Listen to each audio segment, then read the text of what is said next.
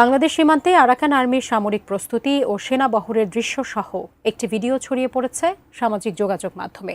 Viral সেই ভিডিওর ফলে অস্থিরতা ছড়িয়ে পড়ে নেটিজেনদের মাঝে। কিন্তু প্রশ্ন, ভিডিওটির সত্যতা আসলে কতটুকু? কি বলছে ফ্যাক্ট চেক? বিস্তারিত জানাচ্ছেন ইশতিয়াক হোসেন। বাংলাদেশের সামাজিক যোগাযোগ মাধ্যম ফেসবুক সহ বিভিন্ন মাধ্যমে একটি সেনাবহর চলাচল সদৃশ্য ভিডিও ঘিরে তীব্র আলোচনার সৃষ্টি হয়েছে, যেখানে ভিডিওটিতে দেখা যায় সেনাবহরটি মিয়ানমারের সশস্ত্র সংগঠন আরাকান আর্মির। আর ভিডিওটি যিনি পোস্ট করেছেন তার দাবি আরাকান আর্মি বাংলাদেশ সীমান্তে যুদ্ধের প্রস্তুতি নিচ্ছে। ভাইরাল এই ভিডিও ব্যাপকভাবে ছড়িয়ে পড়ার পর সাধারণ মানুষের মধ্যেও ছড়িয়ে পড়ে বিভ্রান্তি। অনেকের মনে প্রশ্ন, তাহলে সত্যি সত্যি কি বাংলাদেশে আক্রমণ করতে যাচ্ছে মিয়ানমার? তবে এমন উত্তেজনাপূর্ণ একটি দাবির বিরুদ্ধে বাংলাদেশের গণমাধ্যম জুড়ে দেখা যায়নি তেমন কোনো আলোড়ন, সতর্কতা কিংবা কোনো প্রকার বিজ্ঞপ্তিও প্রকাশ করা হয়নি সরকারের পক্ষ থেকে, যার ফলে ভাইরাল ভিডিও নিয়ে তৈরি হয় সন্দেহ, যার অনুসন্ধানে নামে বাংলাদেশের ফ্যাক্ট চেক প্রতিষ্ঠান রিউমার স্ক্যানার।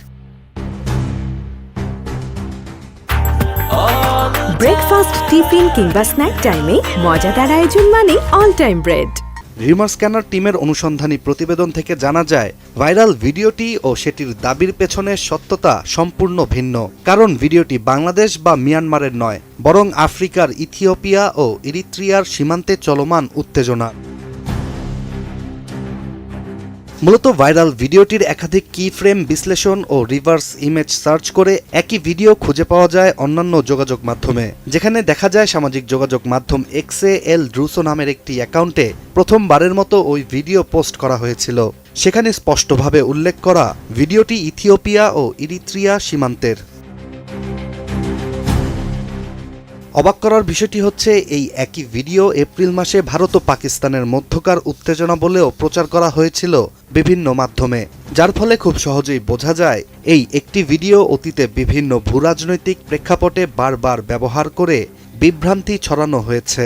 আর এটি প্রমাণ করে যে ভিডিওটি বাংলাদেশ সীমান্ত কিংবা মিয়ানমারের আরাকান আর্মির নয়।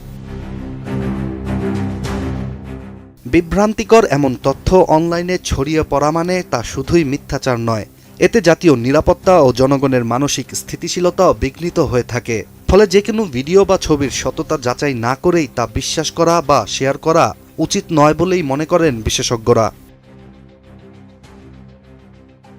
Ishtiaq Hossain, ATN news.